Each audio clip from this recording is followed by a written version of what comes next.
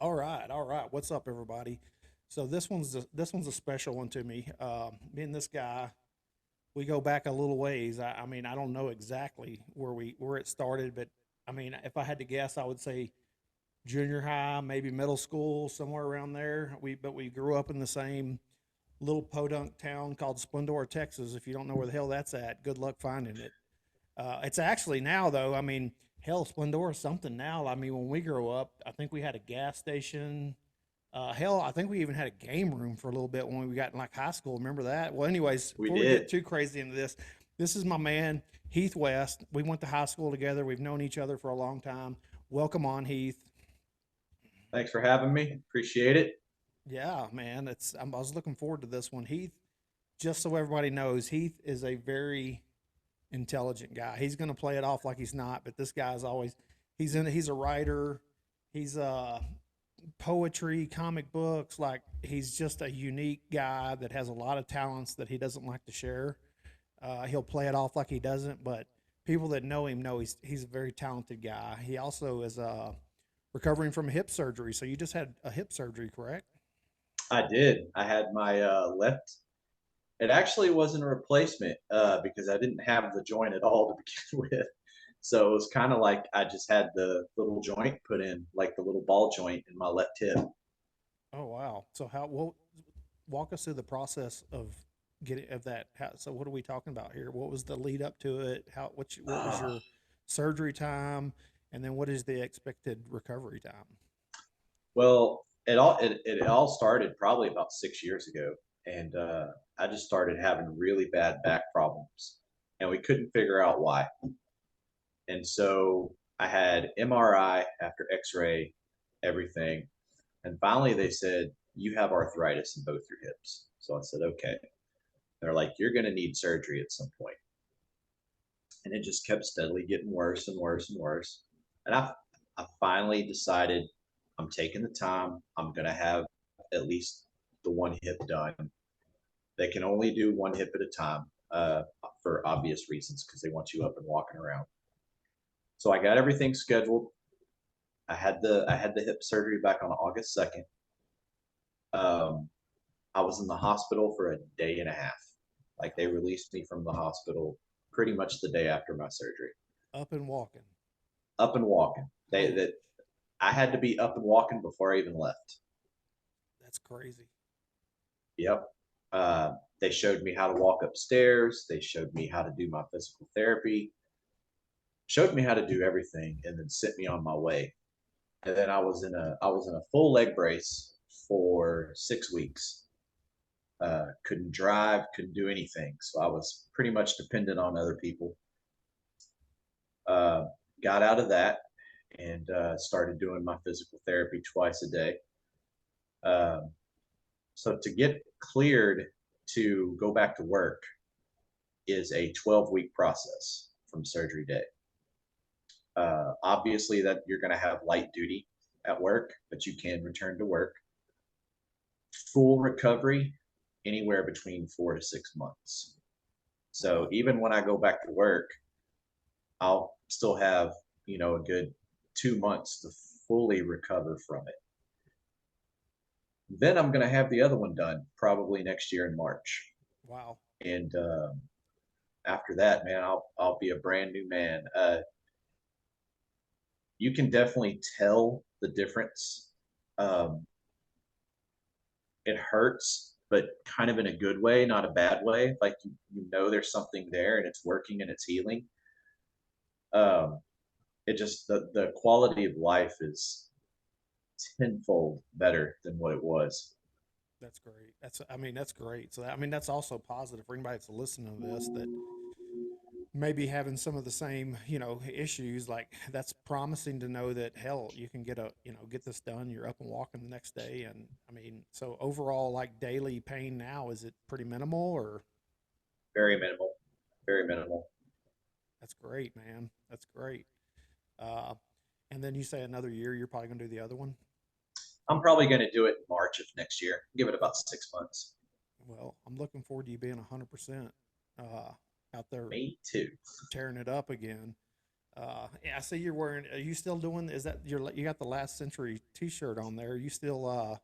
It is. Y'all still doing this? So just, I mean, he's also involved in a comic book, and I believe that's the name of the comic book. And that's based on Booker T, right? Like he's the character that started it. Well, we wrote a comic book for Booker T. Last Century is actually the name of the comic book company. I've been a writer, and I'm also their vice president of creative. I've been with them for about going on 15 years now, I believe. Uh, we have a bunch of titles out. Our main title is called The Stalker, and it's a night. It's set in the 1930s, and it's like a pulp noir type story. Uh, I don't write that one. That one's done by our, you know, owner and CEO Travis Huffman. But I can go into the story. But me and Travis, I accomplished something in my life, and I wanted to do a bucket list item. And so I decided, hey, I want to go to a fantasy wrestling camp, learn how to wrestle. And And that's probably why your hips hurt. yeah, part I'm of just it. kidding. So we went, and we had so much fun. It was great. We went to Booker T's wrestling camp here in Houston, and it was funny because Travis paid with the company card. I paid with just cash. And so when we went to check in, they asked us, "Hey, are you the guys that own the comic book company?" And we're like, "Yeah." And he's like, "We want to talk to you after this." I'm like, "What did we do? What? Why are we in trouble?" And so we finished the 8 hour thing, and we sat in his office, and we thought we were going to talk to a lackey or like an assistant. Nope. In walks Booker T himself. He sits down. He starts throwing around these ideas, and we said, we can work with that. We can give you some ideas. So we left his office, and we had another meeting scheduled for like 2 weeks later. And then we went to that meeting, threw down some more ideas, had a basis for him, and his exact words were, "Let's do it." So we walked out of his office, and I looked at Travis, and I was like, "Do we did we now have a contract to do a book for Booker T for WWE?" And he's like, "Yeah, yeah, we do." I'm like, "Oh my god." That's freaking crazy. So we did book one and book two, uh, which were pretty pretty famous. We got it published. He sold some copies to his through his wrestling company. He owns a wrestling company called Reality Wrestling there in Texas City. He also sells them on his website, and whenever he does a convention, he sells them at his table. Uh, but they were pretty popular books, and yeah, I wrote that one. Me and my friend Patrick, we co-wrote it. We have plans to do the third one and finish the arc, and this is actually something that I really can't talk about just because of legal purposes. But Right, right. Booker did have some legal issues with GI Bro. Nothing that Last Century was responsible for. It was a copyright infringement to another company, and so he kind of backed off of it a little bit. But we're slowly but surely trying to get him to get it started back up because Okay. we still have the one book to finish that arc, and then we'd like to do more. Well, that's cool. I mean, that's an amazing story too. That you just went to this camp to go do the wrestling thing, and then just because he paid with his company cards, they're like, "Hey, are you the company?"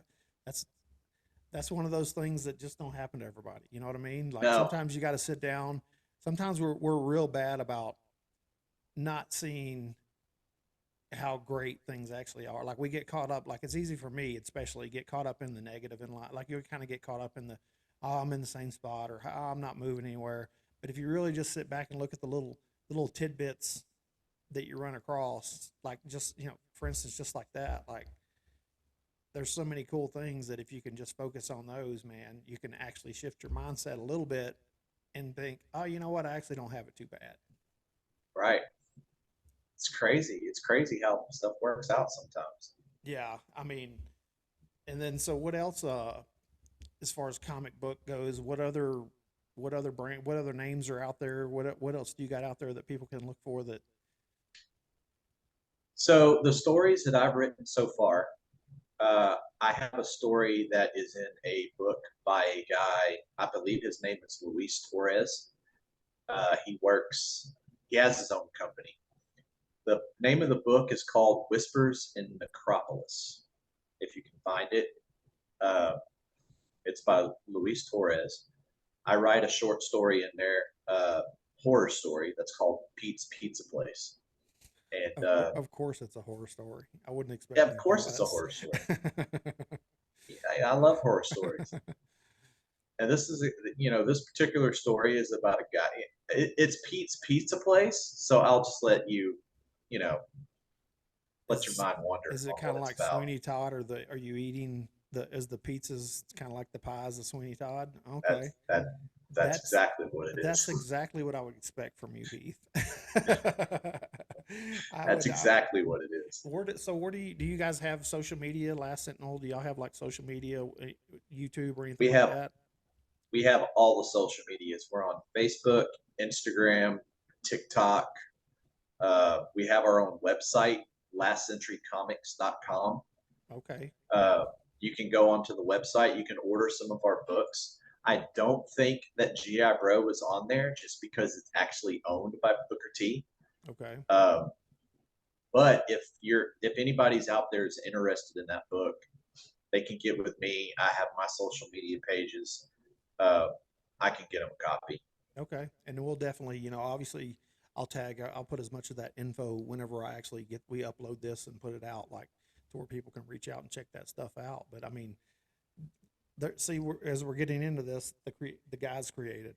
He's very creative. Like he always plays off like he's not. But so what else is going on in these days? I mean, it's been a while since I don't even know the last time that we've actually hung out. Like, especially now that I've been in Colorado for 2 years. So it's probably been, I think we might have ran into each other at, what's that little bar in Splendora?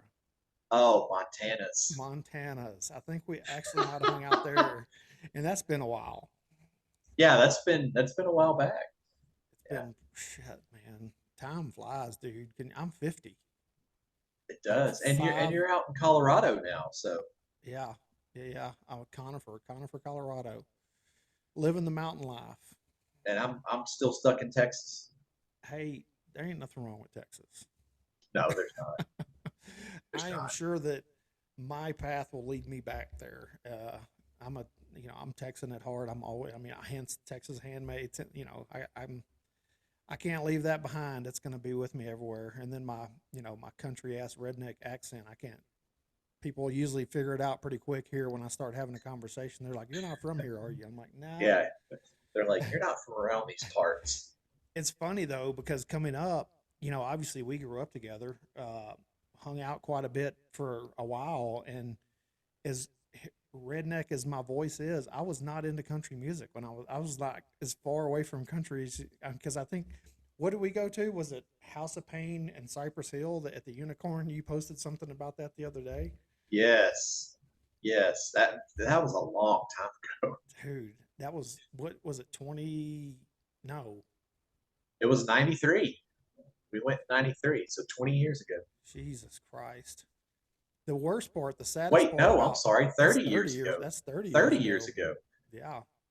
I think the saddest part about that was we drug your little brother along, and We did. that might have a lot to do with his mental state. It explains a lot. Yes. Because you did not have to bring marijuana to that place if you wanted to get high. You just basically, No. It's Cypress Hill. yeah, you just basically show up and stand there. I Because think I think I'm the trying I to think think. the band actually passed it out to everybody. I don't know. I, c- I mean, I'm trying to remember. Did they start off with the "Want to Get High" song? Is that what they started off with? Yeah. And he had the That's big fat joint like on the pedestal. yep. Okay, that's man, my memory, I can still remember from like 30 years ago. But it was actually a good show though. They brought out remember I think it was Tretch from Naughty by Nature. They Yeah, they brought him did. out as a special guest, and they did the whole hip hop hooray, oh. Yeah, That was a wild time though. It was a good show. s- still, I mean, I go to a lot of concerts, so I mean, still to this day, that one's probably in my top 10. I don't do a lot. I've been to a handful. I'm not a big crowd person. I've gotten to, the older I get, the less I like being around a whole bunch of people. Uh, Same. it's kind of an anxiety thing. It's a mixture of anxiety and people just aren't respectful anymore. Like, I mean, people are just rude. They're not worried about anybody but themselves. So it just gets frustrating with me. So I mean, but we went to a couple here at Red Rocks. I think we went to Chris Stapleton. I actually listen to way more country now as I've gotten older than I did when I was younger. Yeah. I've kind of mellowed out a little bit, but I'm actually right now, I'm big on Tyler Childress. I'm liking Tyler, Tyler Childress a Oh, lot. Coulter dude, he Wall, is so good. Coulter Wall's killing it. Like that dude, man. It's like he was brought out of a time capsule. When you listen to him sing, it's like, dude, you should be singing in like 1930, not, Right? not now. but, anyways, so yeah, and then guess Brian actually called me the other day. Like your little brother actually Oh, called me the other day. he did? Man, I have to say I'm proud of it. He's turned around a lot. It It's seems like. it's amazing the life change that he's had. I mean, it's really like a blessing to see him like that. Yeah. I mean, I've always, I've always kind of I wouldn't say looked out for Brian, but I've always like tried to look out because he worked with me for a long time. He rode to work with me every day. We Mhm. actually had, this is funny. You're talking about the wrestling thing. Did he ever tell you about our wrestling matches? He told me a little bit about him. He probably didn't tell you the truth about them. He So probably didn't. he would come to. I don't even remember how it started, but we started wrestling at lunch every day. Like he would come up to me every day. He's like, "All right, you ready?" And I was like, "Dude, we're gonna do this again. Like, didn't I just beat you yesterday?" And this is a couple days into it, and he's like, "Yeah, but today's a different day." And he's like, "I'm bigger than you. I'm stronger than you." I was like, "Brian, I'm smarter than you. That doesn't matter. You can be bigger, stronger. I'm smarter than you." He's like, "All right, well, today's gonna be different." So it got to a point where he was 0 and 22 because he was keeping a count. So he had lost 22 times in a row, and we would do this every day at lunch. So 23 comes up. He comes up to me at lunch. He's like, "Hey, buddy, you ready?" I was like, "Seriously, dude? When are you going to quit?" He's like, "No, today's the day. It's happening today." I was like, "Okay," so take my tool belt off, get ready. We start wrestling. I get him down, get him in a headlock again. I think most of the time, once I got him in a headlock, he couldn't get out. He was going to be done. Like I'd ride around the whole. He'd try to throw me through wall, whatever he could do. I'll just hang on. So I get him in the headlock, hanging on. He's getting ready to tap. Well, then he reaches up and puts his thumb in my eye. And so I let him go immediately. And he's like, "Oh, all right, you quit?" I was like, "Yeah." He's like, "I won, right?" I was like, "If you're gonna take that as a win," I was like, "You tried to gouge my eye out, dude. We're no longer Yeah. wrestling now. Now it's almost on the verge of being something else." He's gonna take it as a win for sure. But anyways, he brought that up on the call the other day. He actually was like, "You ready to go again?" I was like, "Dude, he's actually a big boy now, though. Good Lord, Oh, he's put on some he's size. he's a chonker. Yeah, got a big old manly beard now. But I'm proud of him. I'm glad he's living a lot better life than he wasn't headed in a good direction. So He was not. it No. definitely makes me. But that's part of coming from where we come from.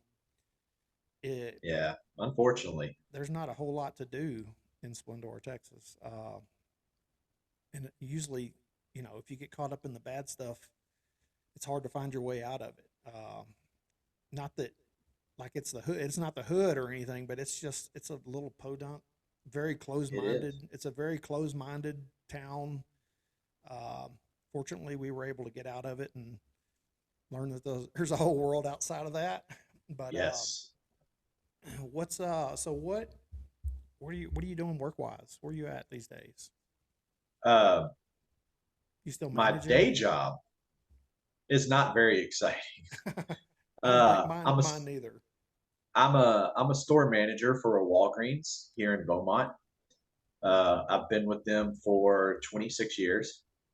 Uh, it's basically just my day job, pay the bills, and then on the side I do my comic book stuff, just for fun.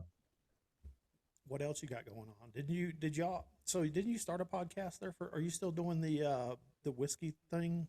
We're trying to get that started. Yeah, Suburban Nights. We're trying to get that started. We can't get our schedules together, and I am not very tech savvy when it comes to learning how to do podcasts. So I we have a couple things up on YouTube on our YouTube channel, uh, but I mean just little like 1.5, 2 minute videos, nothing really serious. I can give you a few tips, but I am definitely not there. I'm working on mine too, like my platform. I'm trying to get it, better. Again, I am definitely you're probably way more tech savvy than me. Ooh, I don't know. But It took uh, me 10 minutes to get on the Zoom call. uh, once I figure out the bullhorn thing, I'm trying to get on bullhorn. That's going to be a big change because that's actually, like I said, you can interact live on that. You Yeah. don't necessarily have to. And then once people follow you on that, and when I go live, it actually sends a text to their phone saying, hey, live podcast, you know. Okay. So it kind of alerts everybody, and if they're available, they can jump on, but they can text in. Like there's live chatting is involved, so they can ask questions during the podcast. Uh, they can phone in. There's phone in option. Again, I don't know. I help Luke. I help Luke with his. He does the Gladiator Unfiltered or GU Unfiltered podcast, Mhm. which I help him with when he does his. I actually run the computer and answer some of the stuff when they come in and show. And I'm actually not very good at that, but I take pictures and stuff for kind of help him out. That's kind of what got me to where I'm at now. Was helping him and you know he kind of mentioned I mentioned to him that I've always considered doing one, but I didn't really want to do it because then after I met him, he's been doing it for years and he's got a pretty good platform built. He actually Joe Rogan actually is the one that kind of talked to him because a little history about Luke. Luke fought in UFC, so he's a retired UFC fighter. Uh, Oh, nice. so Joe actually mentioned to Luke, like, kind of pushed him in the direction to start a podcast. And I think there's rumors like Luke was talking about he may be going to go on Rogan pretty soon, or vice versa. Like he's trying, or maybe Rogan comes on his, which will be super cool. That Looking that'd be forward to cool. that. Be cool to meet him. Like I'd like to meet Joe Rogan. He's definitely somebody I follow. He's got, I mean, Yeah, he's almost like, I mean, he's the grandfather of podcasting. Like in my opinion, pretty much. he's the. I mean, there's a lot of podcasts out there nowadays, but he kind of like paved the way for people like us that are doing that are not trying to fit in the boundaries and you know, Yeah. I guess follow the rules, do all the things that you get silenced for and all that kind of stuff. But I don't Yeah, want to you get don't too. care. No, he don't care. He's kind of untouchable. He's kind of got to where he's untouchable. Like, Yeah, which is pretty good. much. We need that. I mean, in this day and age, we need somebody that can actually talk about the things that they don't want us to talk about. You know what I mean? Like Yeah, it, he. absolutely. One thing I do like about what he does is he's very open about saying that he doesn't know everything and he'll admit when he's wrong. Like I've heard him a ton of times admit, oh, that was wrong, or he tries to Yeah. research it. So, anyways, I don't want to promote Joe too much, but he's good. He's good. He's definitely got a good podcast. Uh, but yeah, you guys should definitely work on getting your stuff back up because I mean, some of the stuff I saw, y'all are interesting guys, like you and Patrick.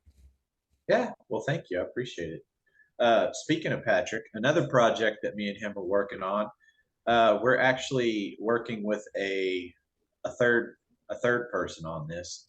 Um, we are working on our first horror movie.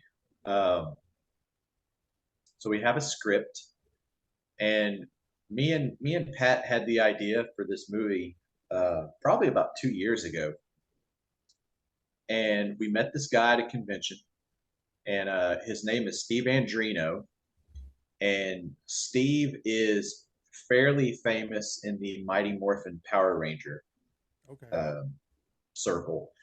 He was actually the original suit actor for Babu in season 2 and 3, I believe. So he's actually done some acting work with like the original Mighty Morphin Power Rangers. And again, just that coincidence thing. We started talking to him about the script, and he says, "I love it." He goes, "That's a great idea." And so the three of us got together, and we've got a script. It's done. It's completed. But right now, Steve is off doing conventions. He's on a convention tour right now, and of course, I'm healing from hip surgery still. So we really can't get together to grasp it down. But I think once we get it made, it's gonna be a pretty cool little film. So do you already have ideas who you're going to pitch it to, or are y'all going to try to do it yourself, or are you We're going to gonna try to? do it independently. Yeah, Okay. So you're going to film it all, do everything pretty much yourselves. yeah, we're gonna do it all ourselves. That'll be fun. That'll be interesting. That'll probably be Be a lot of work, but yeah, it'll be fun. that'll be a well. You better get tech savvy real quick. Well, I'm directing it, so all You're I gonna have to do is just sit in a chair. point. Hey, no, don't do it again. That doesn't look good. Yeah. It's the film world is a whole new world. Like I don't have obviously I have, I've gotten in that world a little bit through the show that I've worked on. It's reality TV is what I'm on, so it's a totally different atmosphere than probably, like movie TV, but it's an interesting world. It's different. It's definitely different. They don't live in the normal world, most of those folks. I've met some super cool people through that. That wasn't a coincidence. We're talking about the coincidence thing. Same exact thing happened to me. Prior to moving to Colorado, when I was in Texas and I was actually doing my own gig. I had a couple of doctors that I had done multiple build outs for, built several offices for them, and I get this phone call one day, and it's one of the doctors. It's Jeremy Langenham, and he's like, "Hey, so I got this call." He's like, "A patient of ours is looking to do like they're going to do a renovation TV show on their house, and they're looking for a local contractor. And this was happening in Montgomery, Texas, is where they were going to do it." And he's like, "Would you be interested?" And the whole time I'm like, "Sure," like this is not going to happen, but sure, yeah, I'd be interested. He's like, "Okay, well, I'm going to give your number to a gentleman named Kevin Cahoon, which Kevin Cahoon is an actor. He's a ton of Broadway. He's actually doing a show right now. I actually went out to New York to see his show. It's called Shucked. It's a Broadway show. Good Okay. show, good show. Like, and I've never been. This is my first time to go to Broadway, so I actually went out and seen two. I went and saw Shucked to support Kevin, and then I went and saw uh, Sweeney Todd to support Nice. Annalie Ashford because I met her again through the. But I'm back to where I was saying. So he's like, "A guy from New York's going to call you, Kevin Cahoon," and I was like, "Okay, sure." So I get off the phone, and in my mind, that's the end of the conversation. I'm never going to hear anything else from him. Well, not 10 minutes later, my phone rings, and it's a New York. I'm looking, and it's like New York, and I was like, and I answer, and it's Kevin. He's like, "Hey man, I got your number from Dr. Langingham. We're looking for a contractor. Would you be interested?" I was like, "Yeah, I'll take a look at it." He's like, "Well, can you come out in the next couple of days?" And so Kevin was the recipient that was being given to. It was actually his mother's house, and Jesse Tyler Ferguson was the celebrity that was giving back to Kevin because they met. They've kind of come up through the Broadway days together, so they've met through Broadway. And anyway, so I go meet at the time a guy named Justin. He was what the title's called build producer. So the build producer manages the construction side of all the renovation. So I meet him, get him a price, end up getting the job. We do the job. My crew's me. Chris Rutledge was on the crew. You remember Chris, right? Yep. From uh, Josh Duncan. I had a 5-man crew, and we basically, it was a long 3 weeks of hell, but we killed it. And apparently, the feedback I got was it was one of the better, builds as far as being done on time and all the things. They were just blown away that we finished. So we finished that. About 3 or 4 months later, I moved to Colorado. I quit. I'm not doing my own thing now. I'm working for a large builder here in Colorado as a superintendent. And Jumo was the production company. Well, they called me back and they're like, "Hey, would you be interested in being a build producer?"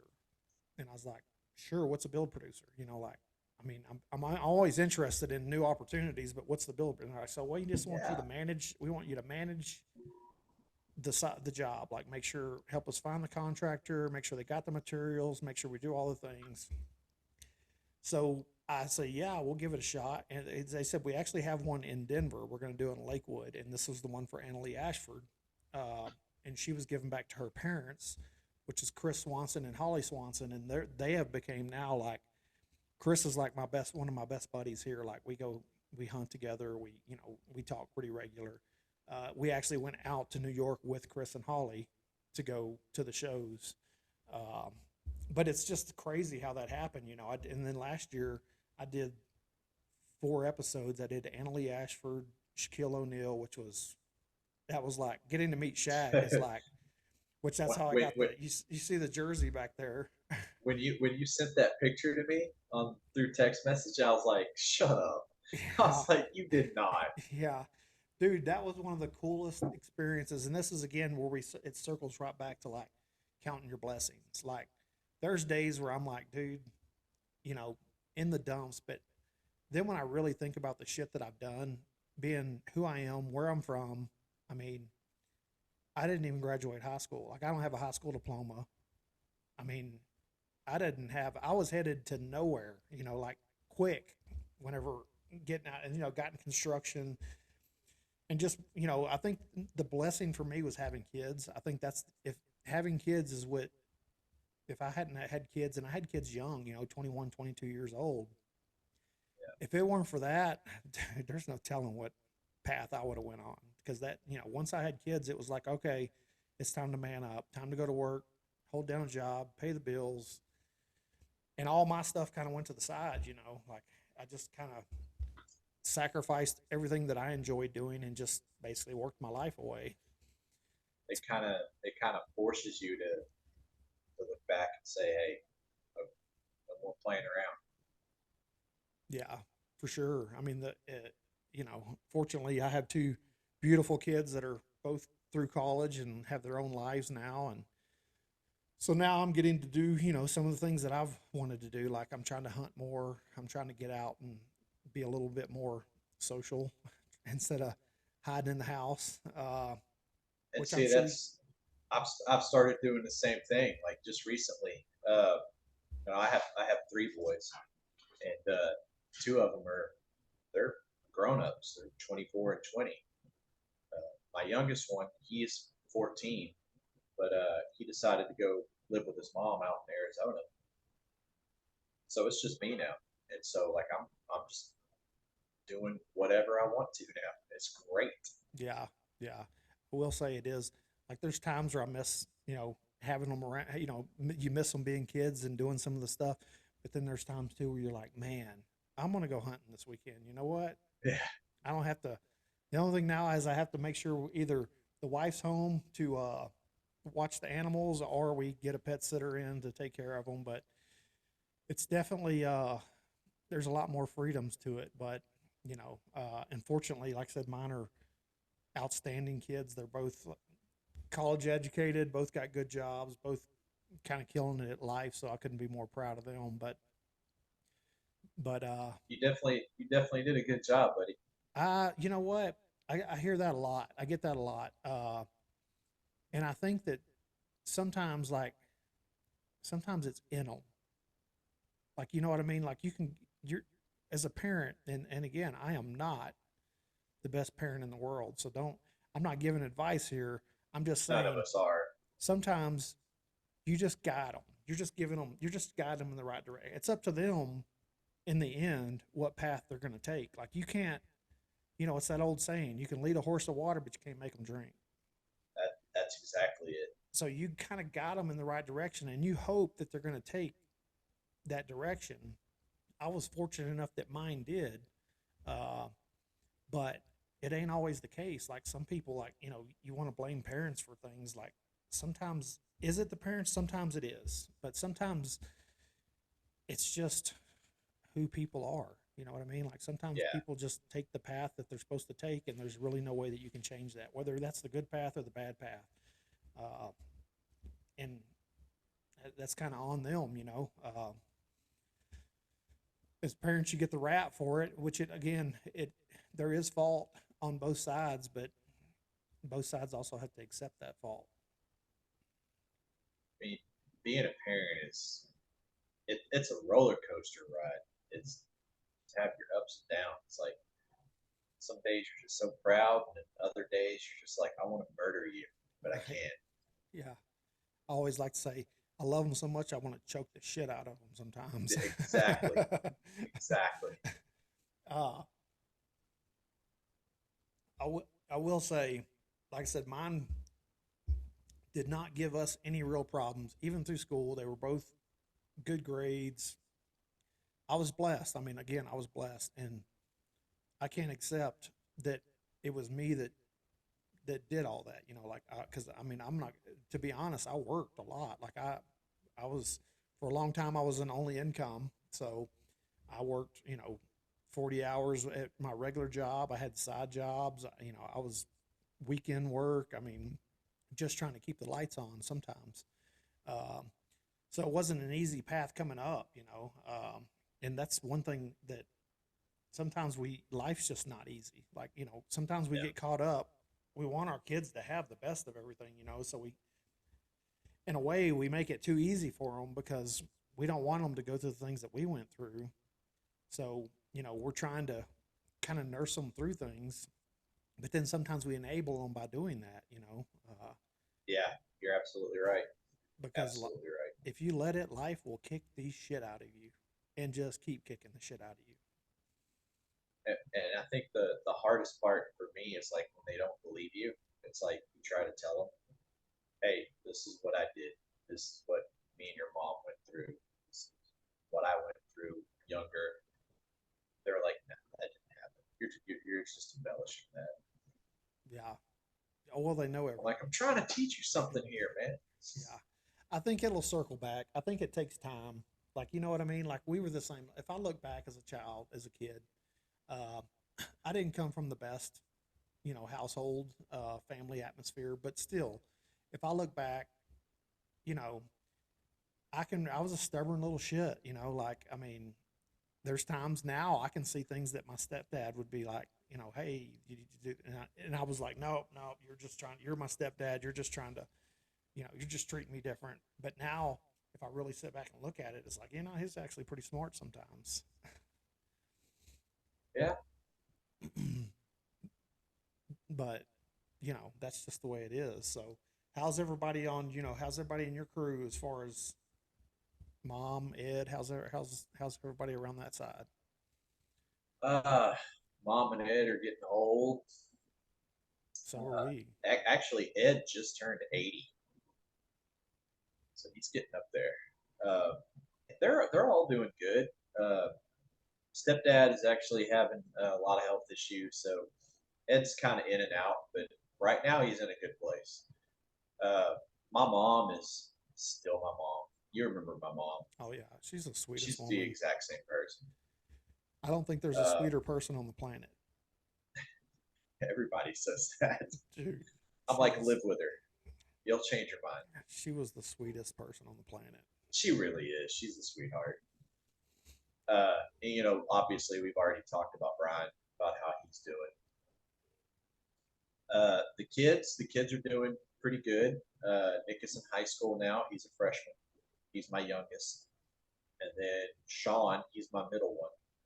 He just graduated high school and he is working, I believe, at Safeway in the deli department. He's taking a year off school just because he went an extra year. He was in art or special education, so he had to go an extra year. So he's taking a year off. And then Nathan's the oldest. He's 24.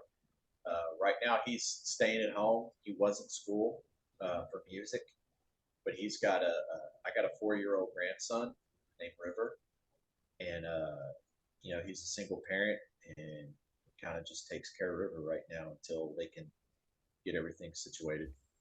Wow. Did you ever think you was going to be a grandpa? I knew that at one point I was, just not at like 45. Yeah, dude, man, it is just crazy. Like every time I sit and think, man, I 50. Like it just seems like yesterday I was at the ballpark playing ball all day long, which I don't even know if I have. I don't even. Most people that know me now probably don't even realize like that. I was actually a pretty decent basketball player for a while. I know that for a Uh, fact because I used to play with you. but seeing me now, knowing me now, most people would be like, "What? Whatever." Wesley actually, because I talked to Wesley the other day. Me and him were talking because I'm actually thinking about using some of his music. That's another one that's a create dude. That shithead is creative. Like he is like Crazy, crazy smart, different. He's crazy different. talented. He's different in the best way. Like, I mean, I actually told him too when we talked I was going to try to promote some of his woodworking more than try to support him a little more because he's doing some. I do woodwork. I got my little Texas handmade thing where I'm making stuff too, but what he's doing is on another level. Like, I got my little whiskey dispenser and bow rack in the background back there, like stuff that I started doing, but he's doing woodworking. Like he's doing real, like, and it's, you know, It's good. it is. And I wouldn't say that I couldn't do it. I don't know if I'm that patient. Like where he's hand carving some of those little inlays into those tables. And I mean, he's doing all that with chisels. I don't know if I could I don't know if my patience would let me do that. No, my ADHD wouldn't allow me to do anything like that. I get to a certain point and it's the Hulk smash wants to kick in. And if shit ain't going right, I want to just tear shit up. Like, Just tear it up, start over. yeah. And there's several of these whiskey dispensers, gun racks, bow racks. Some of those get tore up before they make it out of the shop. So I have to start over. So I'm trying to reel that in to where I'm not having to redo stuff. Uh, but it's getting better. But yeah, so Wesley brought up the basketball thing when I was talking to him the other day. He was like, what did he call me? Windmill Wendell. He's like, we always called you Windmill Wendell. You had the best windmill that I've ever seen. And I was like, I don't know if it's the best, but I was definitely known for some of the scoop shots and the reverse layups, and that's because I couldn't jump as high as everybody else. I had to make it up. White boys can't jump. Now, see, now you're like me. You're just being modest because you I take that back. Dwayne Jergen you could jump. you could play. You could play some ball. I could hold my own. I definitely miss those days. Like I spent a lot of time playing pickup basketball. Like I never played for organized like for a team or anything like that. It was always just court. There for a while. I traveled around the different courts and went and played. I Yeah, play in Cleveland at courts and Kingwood in courts, and I got a couple of. I went into Houston and played at a couple courts. And I'd always hold my own, but you get in some of those inner city courts and there's some ballers. and some you really begin to miss it, like when your knees start to go out and your back starts to go out, Yeah, dude, I have and all you're of that. like, you tell your kids, "Hey, believe it or not, I used to actually have a pretty good jump shot." What? Yeah. No. Well, you were into powerlifting and stuff too in high school. I remember that. Yeah, What powerlifting, discus, and played football for a hot minute, but same. I played a little bit. I played a few years. My problem was grades.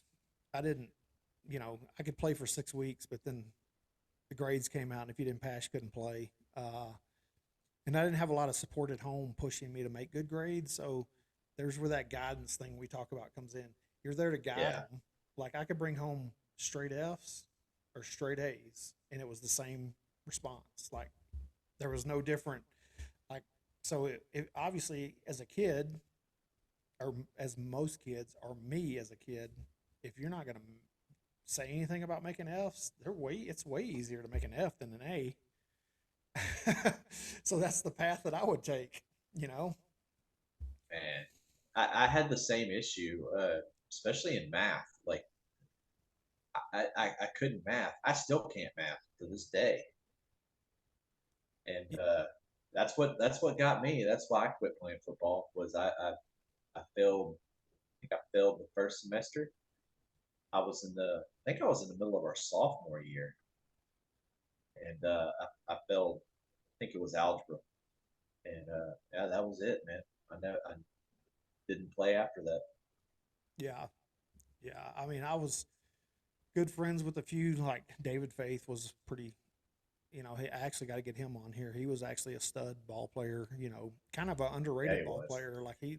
Well, I mean, it didn't hurt that he was the fastest guy. And I don't know if it's still the history of our school, but he was the fastest guy in school at the time. Between him and Mike Yeah. Brazil. Mike Brazil was right there, but Mike didn't play football. It No, was fun. well, he I think did. he He played did a for a year or little two. bit, but yeah, like a year or two. It's funny because coming up, and again, we're going to touch back on the little podunk town. If you don't know, like if you're not in with the coaches, they don't care who you are. Like they got there's the little clique, and David was definitely not in the clique because I remember our freshman year. I think varsity was terrible. Like varsity was hideous. So we were put on varsity our freshman year, and of course I didn't play any because we were freshmen on varsity. David didn't play any. Uh, but we were unless we were losing, we might be down 40-0 or something. They'd throw us in at some like, hey, go in and be defensive end, and I'm a whole fucking 120 pounds, Yeah. getting mopped all Uh, over the place. But I'm trying to remember when it happened, but because David was playing, he was riding the bench, and I don't remember if it was a JV game or a varsity game, if he was on JV or varsity at the time. But the coaches had no idea who he was. Like, he'd been on the team for a couple of years, and they were getting their ass kicked. They were getting beat, and he'll correct me when he hears this, but I'm almost sure they put him in as like a tight end, or maybe it was tailback or something. They were running some kind of reverse. Like they just told him get in there, and so they hand the ball off. He runs like a 65-yard touchdown, fucking smokes everybody on the field. And I think it was Weldon. He's like, who the fuck was that? And they're like, it's David Faith. So they get him that sounds like the Will. next week. They get him in practice and start clocking his 40, 4.4, 4.5, 4.4, 4.5. He's running a 4.4, 4.5, 40. That was a fast dude. He was in track too. Yeah, yeah. So then, a week or two later, he's starting tailback for varsity. So that's when he changed. He went from like, so if he would have been, I mean, it's crazy because if they would have actually figured out who he was as a freshman, because he didn't really play till his junior and senior year. Hmm. So if he'd have had the 2 years prior to that of knowing who he was, there's no telling what he would have done. But I'm sure he could have put up some numbers. he was a talented one. Dwayne Jurgen was talented. Another that dude that was wasted talent though. He was one of those gifted athletes, but there's a lot of those that come from our.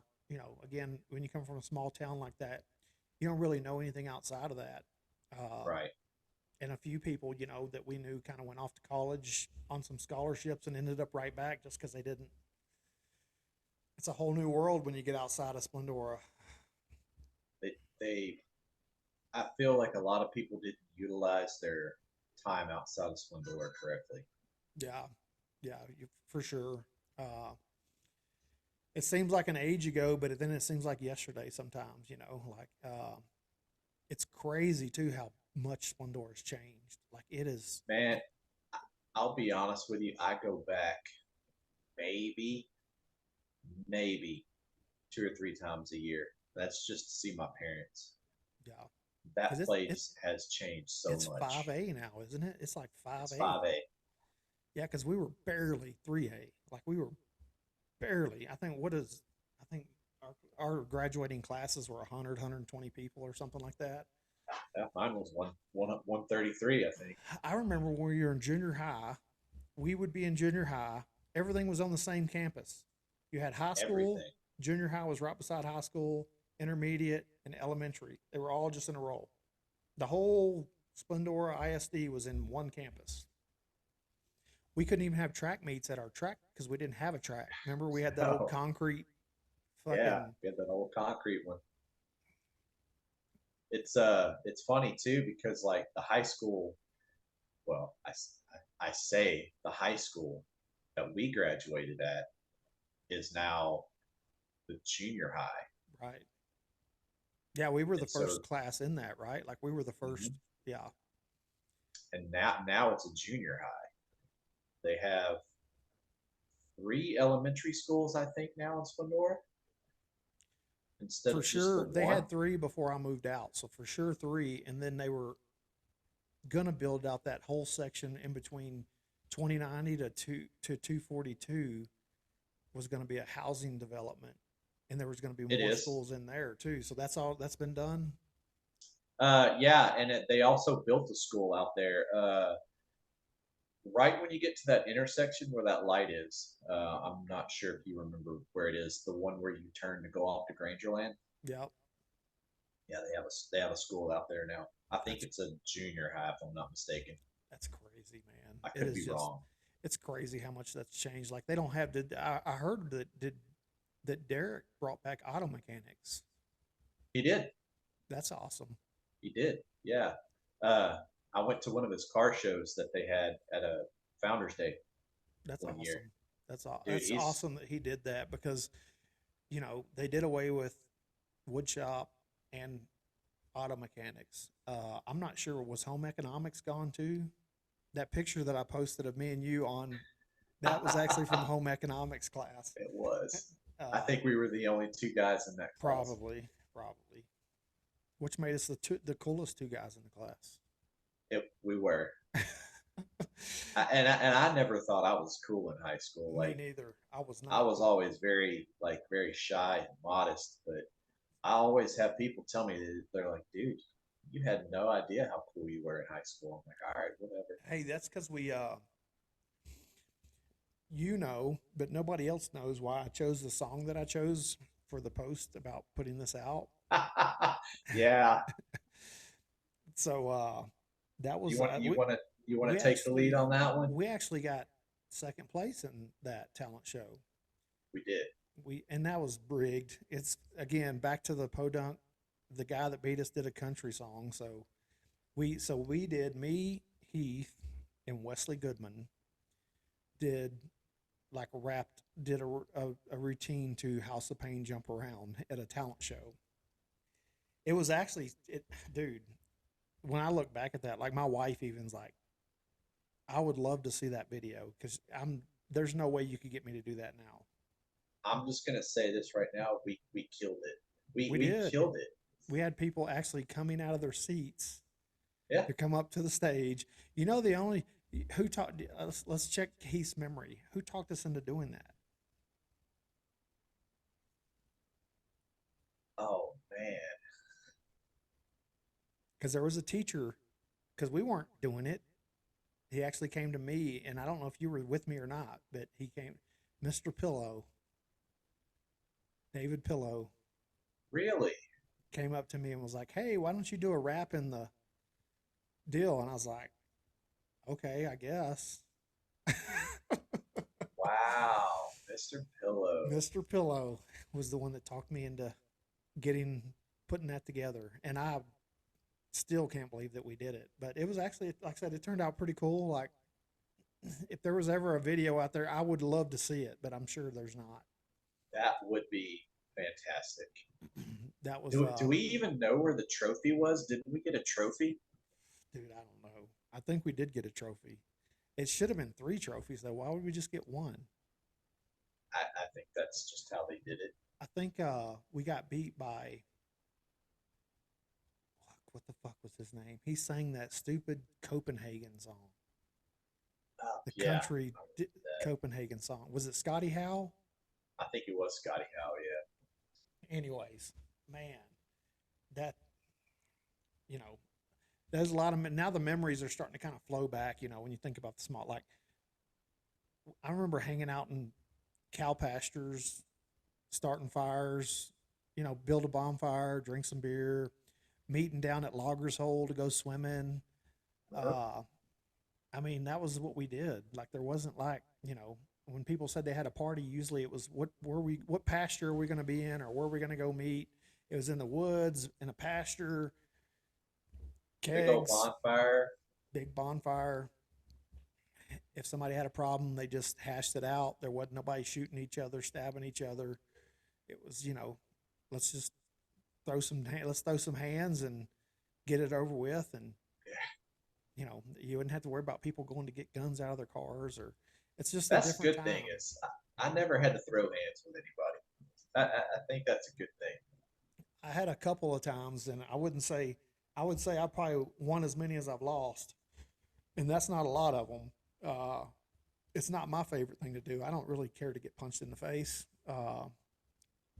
I'm gonna try.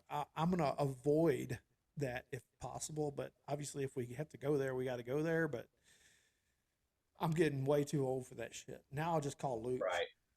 Now that's why I tell Luke all the time, because I'll help Luke. He's not. He's the retired, the retired fighter that I'm talking down the street. I always help him with carpentry stuff, and I'm like, hey, look, don't worry. You need something fixed, you call me. It's like, if I need somebody's ass kicked, I'm gonna call you. I said that'll be Right. our arrangement. Well, since you started talking about all that, I've got one for you. You probably remember this, but I'm going to shoot it out anyway. Because when I was a senior, my birthday is in September, so I turned 18 as a senior, and you were already 19, I believe. You remember our weekends at the Paragon? I was actually gonna say something about that. Yeah. Oh yeah. I remember coming to school from Paragon. Those were crazy nights, dude. Yeah. That was you take a 17, 18, 19-year-old guy from Splendora and you put him in Paragon, he don't know what the fuck's going on. Like, dude, No, I'm sure that place isn't there anymore. But that was the place. Like, I went to. Hey, remember Sundance? I do remember Sundance. Sundance was another one that we'd go to. That was a BYOB, so that was kind of, everybody liked to go there because you could just bring your own beer. Uh, Stetsons. Stetsons. I didn't go to Stetsons as much. I went to Sundance a lot, and I went to Paragon a lot because I would go with David, Lonnie, Carl, like you guys. I think I went with Chris Kohler a couple times. I don't remember if it was me or you or me and Chris that we literally went to school. We went from Paragon to school I think that had to have been Chris. because it was like, I mean, I, we did stop by his house for a little bit, but we left there at like, I think it closed at like 2 or 3 in the morning. So we left, went to his house, took a nap, and then literally went to school. Uh, Obviously, we weren't old enough to drink, but it wasn't very hard to get alcohol in there. No. They didn't really check real hard. Uh-uh. Hence is why it's probably not open anymore. I haven't even been down 1960, I swear, in 20 years, so I would have no idea. I am not a bar guy either. I don't mind the small, like, go play a game of pool, with a couple buddies, have a couple beers, play a couple games of pool. But Right. I'm not looking to go to a crowded Paragon place anymore. No. Let those kids be kids. Yeah, We've done that. right, right. Man, Paragon, like, man, that's been a long time ago, man. But it 30, was fun. it was definitely fun. It was definitely different than what we were used to. It kind of, opened us up to, we went from the pastures to Paragon because that place was bumping. It was loud. It was a lot of dance type, rave type music. Bass bumping, lights flashing, alcohol everywhere. College was worse though. Yeah, Oh, it's probably good I didn't go to college. I mean, I think it just was the college that I attended. Where'd you go? I went to Austin Community College, so I hung out a lot at UT, Okay. and I mean, the parties there were every weekend nonstop. You were doing something. You were going to a party. You were at somebody's house. Yeah. It's probably a good thing I didn't go to college. I know my when my son went to Texas State, which used to be what it was Texas State before it was Texas State. They changed the name. It was like Southwestern State or something like that. Uh, Yeah, but when I he think that's first what it went there, was. because they changed it because it was known like as a party school. Like before it It was was Texas State, the party it school. was like Yeah. the party school. So when I had told a couple of my friends, like my son, yeah, he's going to go to Texas State, they were like, "You're not concerned?" And I was like, "About what?" I didn't know anything about colleges. And they're like, "Man, that's like the party school." They're like, "Well, it used to be Southwestern State or something like that," and they changed the name because they're trying to. But fortunately, I guess it cleaned up. I mean, there's probably things he done that I'm not aware of, and he's Oh, sure. 27 now. So, and then my daughter went to Sam, so she stayed pretty close to home, uh, and she stayed pretty good. Like she definitely, I would be very surprised if she done anything too wild. She's pretty reserved. She's got a lot of me. She's got a lot of my issues. I say me, like she's not a big crowd person. She's got some of the same anxieties that I have, which is unfortunate. But and but she's doing well. She's I think she's in Drew's in Austin now. He's working for a builder. He's in construction too. And then Caitlin is in Katie, and she works for like a development company, I believe. Okay. Yeah, Katie's a good area. Yeah, it's everything's changed though, man. Like Austin's not even the same Not the place same anymore. city. No, it's always been different. Austin's always been different, but now it's like there's been a big fluctuation in California Oh yeah, that's come huge. into Austin area. Which I mean, Joe Rogan's a big push of that. Like he relocated there and has opened his comedy store there and does a lot of stuff there. And I can't tell you how many times I've heard him on his podcast, telling people like, I'm trying to talk them into coming to Texas. So I mean, it definitely drove the prices of housing up in that area. Yes. Yes. Because there was a time where Drew was looking to buy a house, and he was looking in like San Marcos area, uh, but in the Austin area, they were paying two, three, in some cases even 400,000 over asking price. Like the people that were coming in from California with all that money. Tesla moved in there, uh, you Tesla know, moved in there. and then there's a Apple hand, moved in there. They yeah, have a building there now. there's a handful of the tech companies that went in there. Well, that's just because California, they just it's getting a little crazy over there. They're getting a little too far to the left. Mhm. I always like to say I'm in the middle. I don't consider myself on either side. I'm the same Actually, way. I actually believe it or not. So I think last go around I voted Libertarian. I voted for Joe Jurgensen. I didn't even vote for either one of them. I didn't vote for Trump or Biden. I was like, I can't do it. Like, at some point, you would think we're going to have a normal person run. Like, right? We're going to have a normal guy that's going to run one day. You'd think. I honestly, I'm kind of scared at the thought of it, Oh but we're man, dude, probably going to have The Rock as president. I am not looking forward to 2024. I'm not.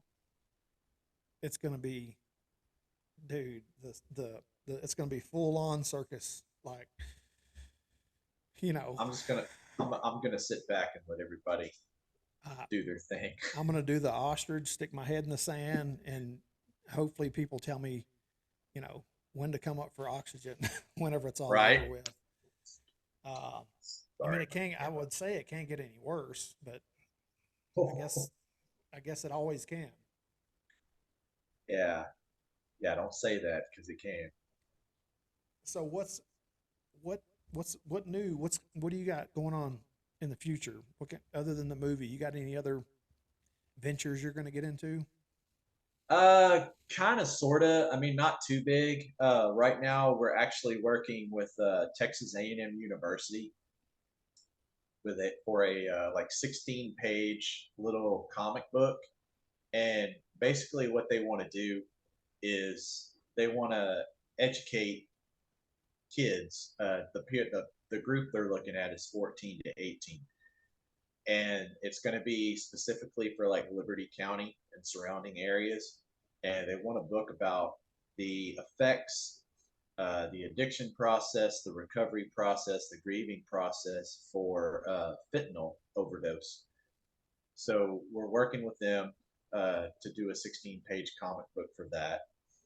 We really don't know how well it's going to go because we've never really kind of delved into that area. Uh, but we have kind of a basis of a story that we want to tell. So actually, next week we're all going to get together and start working on it. Hopefully, it'll be out probably within the next 3 or 4 months. Okay. That'll I just actually watched that documentary Painkiller on the whole opiate like That was so oh good, man, dude. so good. It is crazy what our medical system will do. You know, it kind of I will say watching that opened my eyes to some of the people that I saw go through some of that stuff. With Brian being one of them, Yeah, uh, it kind of Brian opened my and eye. Brian, um, Jeremy got mhm. really bad, and then but it really made me see like, oh, you know, because then especially with Jeremy, like, loved the kid, loved him to death, man, but he just couldn't get away from it, you know. And I worked with him a lot too, and just watching him go through it. At the time, you know, you fell into the narrative like, oh, there's just he's just drug, you know, he can't, he's just a druggie, he's just doing them. But you didn't realize that it started with a, you know, he got a prescription for some pain, Yeah, and it's then it's it's an addiction. yeah, that documentary opened my eyes to a handful of people that I didn't realize what they were going through until I seen that, and I was like, Yeah. holy shit. Well, what we're hoping is with this book, we reach some kids, who are a younger age, and we just say, hey, this is what back then for us it was what cocaine, Pot, beer, beer was the pot. biggest, pot was the next probably. Uh, I think that was the big thing too. Like, you know, the meth came in after we were grown. Like, they didn't, there Yeah, was we no were meth grown when there. that came in. And then when it came in bad. Like it was real bad. But uh, beer and pot was the main, like main two. I drank a shit ton of beer, still do. I did smoke some pot here and there. It was never my thing. Like I'm even still willing to try. It's just not my thing. Like it doesn't work with me like it does with everybody else. I think Yeah, it because living here in Colorado, I can go buy it at the. It's I can go down the street and I was thinking to say you can probably walk out the door and get it. yeah, there's dispensaries everywhere. You can literally buy it anywhere here. So I still try, but it it fires up my anxieties. And then you know, as far as that goes, I only seen cocaine one time in my whole like to this day. I'm 50 years old. I've seen cocaine one time. I don't remember who I was with. I was with a group of people. We were you know out drinking, partying, and I was in the back seat. There was four of us in the car, and they were doing something up there. Well, then they turned around. They had like a little tray, and they had you know done the lines, and they're like, "Hey, you want some of this?" And I was like, "Nah, I'm good." You know, like I'm good. I'll I got a pass. beer. You know, because I didn't know. And then from my experiences from smoking pot, I knew that cocaine, just from what I knew from which wasn't much, it was worse than pot. And I was like, if pot fucks me up, I don't want to touch that shit because I'll be Right? fucking taking my clothes off, climbing trees or something. Who knows? But uh, I think that was, if there's a benefit to being in a small town, that was probably one of them. Because there wasn't a whole lot of that shit that was around there. You know, people would, I heard of Right. people huffing paint and Oh gas yeah. and shit like that. But I mean, it wasn't like there was a shit ton of drugs around or that I was aware of. And two, like you mentioned earlier about like trusting people and stuff like that. these days you can't trust anybody. No. These kids nowadays, they don't know what they're getting themselves into. They Yep. don't know what they're smoking. They can buy pot that's laced with fentanyl or Right. Yep. They're lacing whatever, that. and they don't know. Yep. And dude, I don't know where I heard this at, but I heard they're getting the shit through like Snapchat. Like you Yeah, can order that shit through Snapchat, and they will bring it to them. And of course, obviously, I don't know anything about what. I'm not going to get too deep into it, but I do know that there's a lot. I've heard that there's a lot of that stuff being pushed out of China, and it's a lot of it's got the fentanyl in it, and everything. And that stuff can either, like, for some people, one time you're done. Like, you that's know, it. it just takes one time. It's And very dangerous. so, I mean, I'm really hoping that you guys do that, and I'm hoping that that's a book that reaches somebody and hopefully saves a couple lives. I'm really looking forward to doing that book. Yeah, I think it's gonna for hopefully for some kids, especially it's meant for you know kids around the Cleveland area. You remember we grew up 8 miles from Cleveland. Yep. Uh, so that's going to be where it's distributed is Cleveland, Shepherd, out there in Liberty County. And, they're like us. They're not big towns. There's not a whole lot to do. Yep. So hopefully this will give them something to do. Hey, instead of doing this, read this book. Maybe Yep. you'll learn something. It's kind of funny because when we were in school, Cleveland was the big place to go. Like, we'd go drive the loop around Sonic, just that was the place. Like, Cleveland was considered the bigger city, the closest Uh-huh. to us, unless you went into Humble. And now it's kind of flipped. Like, Splendora's kind of passed Cleveland up, like It has. it's like grown that much that it's, now Cleveland's kind of the smaller, and New Caney, because New Caney was a 5A too. Cleveland was probably 4A. I don't know if they were 5A. But then it's almost like we met in the middle because Splendora started going up, Cleveland started coming down. Well, we were playing. There was a couple of years where Cleveland was in our district. I wasn't I mean, this is when my kids were in school, but I remember going to games and we were playing Cleveland, and I was like, when did that happen? Like, Cleveland was always Yeah. above, out of our district. They were always a couple above us. But It's it getting seems like big, that man. changed. Yeah, Splendora has a water park now. I know, dude. It's crazy. Like, it's just I remember when the game room opened up across from the school, and we thought we had everything. Like,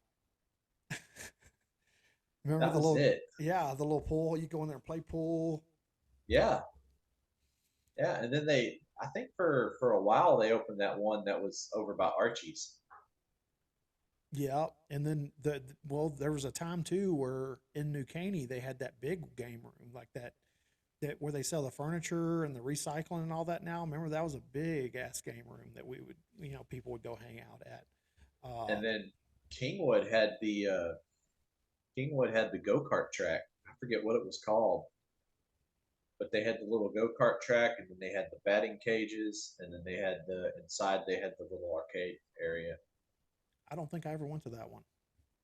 I forget what the name of it was. That's how long it's been. Dude, it's crazy how fast time goes. I remember, listening to some of the old timers talk about how the older you get, the faster it goes, and you're like, yeah, yeah, and we do that whole thing where we're like, I can't wait to be 18. I can't wait to be, when I'm 18, I'm an adult. I can do whatever I want. And then it's like, I can't wait to be 21. Then I can buy beer. I can do whatever I want. And then you hit 21 and you're like, I think I was pushing for 25 because I think that's when you get a break on your car insurance. This is when you Yeah, turn 25. So I was like, you can can't rent wait a to be car. 25. And now it's like, it seems like yesterday that, and now here we are 45, 50. And it's like, holy shit, that was fast. So the next thing you got to shoot for is 55 because that's when we start getting our senior citizen discounts. I'm done shooting. I'm trying to go the other way. I can't. You couldn't pay me to be 18 again. Like there's no way I I would don't be want to. 18 I don't want to again. be 18 now. I would love to be 25 and know all the things that I know now, like have all the life experience that I've gotten now. So I wouldn't do anything. There's not a whole lot that I would do any different because the way that I did it is what created the person that's sitting right here. Like if I had done it any different, there would be a different person sitting here. Yeah. Uh, so I wouldn't Same. change anything, but if I could be 25 and know all the things that I know, I'd probably be pretty dangerous. I think the same way. Like I think a lot about, man, what if I'd have went back in time and told myself not to do that. Yeah, or do it just a little different. Maybe do it, but Tweak do it. it just put a little twist on it to make it, maybe just a little different. But man, dude, we done wrapped off an hour and 20 minutes. Dang, really? Dude, it goes like you just start talking and shit just comes out, and next Okay. thing it's been it goes by fast. That's what's cool about these is like when you just kind of get to talking and you don't even pay any attention to the time, and you're you know talking about sometimes nothing, but then sometimes maybe there's a message in something somewhere that somebody will pick up, and it'll do them some good. Maybe, yeah. But it's just crazy how fast. And then eventually I got to get your ass out here. I'm planning on it. I need to get that when you get that you need to get that hip fixed, and then I need to get you out here and get you in the woods. You've That would never be you, awesome. you've never hunted, have you? I have. It's been a long time, but yeah, I have. I've never used a bow and arrow, We need to but fix that. We need to fix that. something I'd like to pick up. I mean, it's always interested me. You that's a drug you can't get away from. Once you start it, it's such a I mean, even if you just pick one up, find you one around the house, like don't find you a cheap one, go find you one at a pawn shop, get you something you can start because you can shoot anywhere. You don't need but 10, 20 yards and a target. It will you start and just start shooting it, and then when you get in the wood, like it changes. It's an adrenaline you Oh, I can't bet. find anywhere else. And I then bet. too, like just shooting a bow, there's something that can be almost medicinal about it because you're concentrating on drawing back, floating, setting your pin, letting your pin set. Releasing that arrow, you're trying to make a perfect shot. Like there's a lot that goes into that. That it's actually very like for a lot of people, it's kind of like their getaway. Like that's how they get when they want to relieve stress is they'll go pick up their bow and go out there and shoot 40, Yeah. 50, 100 arrows. And it just kind of takes your mind off everything else because you got to be focused on what you're doing. Right. Like, man, I always love the camping pictures that you post on your social media. It's like sometimes I get jealous. Like, I Well, mean, I go camping a lot, but we don't have the views here in Texas like you do there for sure. no. Well, and then here, like you can get like there's so there's not a lot of public land in Texas, so it's harder to you can go. There's still a lot of. I mean, Texas is so big. There's still a lot of public land. But here, there's way more public land than private land. Like, so there's so many places you can go, and you can literally get lost. I mean, you can. I actually carry an inReach with me, so I can. It's like a satellite, not a satellite phone, but I can text from it. Um, so usually when I'm out, if I might go out and be gone for 4 days, 5 days, 7 days. Like I might go out and camp, and be out of a backpack for multiple days. And there's never you don't have cell service. I mean, sometimes you get lucky and you might be in an area that has cell service, but it's spotty. Right. So I carry an inReach with me so I can at least text. My wife was like, "That's you at least got to have that because Yeah, you gotta have some. you need to text me and at least once or twice a day, so at least I know where you're at, that you're alive." Um, but yeah, we get you out here and get you off, and dude. I came I here got for a plans to come week. out there and hang with you, man. Because I mean, you make it look so good out there. It is a beautiful place. It's very it will kick your ass though. It will kick your ass quick because we're flatlanders, man. I'm a flatlander still. I've been here 2 years, Oh, and I'm sure the it's mountains and stuff. the altitude still kicks my ass. Like I had Dave and CJ come out for a week last year, like David Faith and CJ was the one I had on the very first podcast. We did a third season rifle in the mountains. I think we weren't super high. We were probably 11,000 feet, somewhere in between 10 and 11,000 feet, which is when you're coming from Beaumont, you're at probably 50 feet. Yeah, that's uh, exactly where we're at. so they came out, and CJ fortunately drove. So he drove from Texas. He's in Montgomery, so he drove from Texas to here. So he kind of acclimated a little bit as he drove. He's Man, slowly that's a climbing out of the long ice. drive. Yeah. And then Dave had to work. CJ got in on a Thursday, and me and him went out on a Friday. And Dave didn't come in until Sunday because he had to work. But Dave literally got off work at like 4 o'clock in the afternoon, went to the airport, got on a plane, flew to Denver. Me and CJ drove 2 hours down from where we were camping, picked him up, drove back up to the mountain. It's snowing. They came during the third season, so it was snowing. And so he went straight from 100 feet above sea level to 11,000 feet within 3 or 4 hours. So he was it hit him pretty hard. And, of course, the first thing he did was like, give me a beer. And I'm like, dude, you should probably drink some water. Like, you might want to drink a couple bottles of water first because the altitude's going to kick your ass.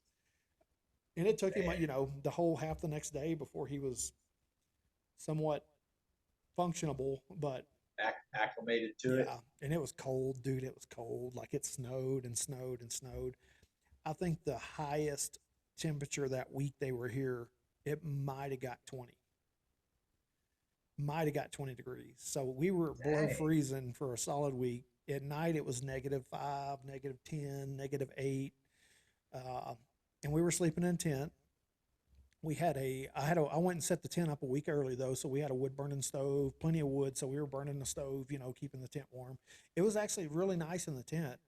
Uh, it was super cool because you could just put like we had, of course, I bought numerous cases of Coors Light, and you could just set the Yeah, Coors Light inside the tent, but up against the wall of the tent, and it would stay perfect. stay Like cold. Yeah, it would stay perfect, not just cold, but like borderline, like 33 degree, like just above freezing. So it was just perfect. We made the mistake of leaving all our water out the first night. We had like 8 or 10 cases of water, and that shit was all frozen solid. all frozen over.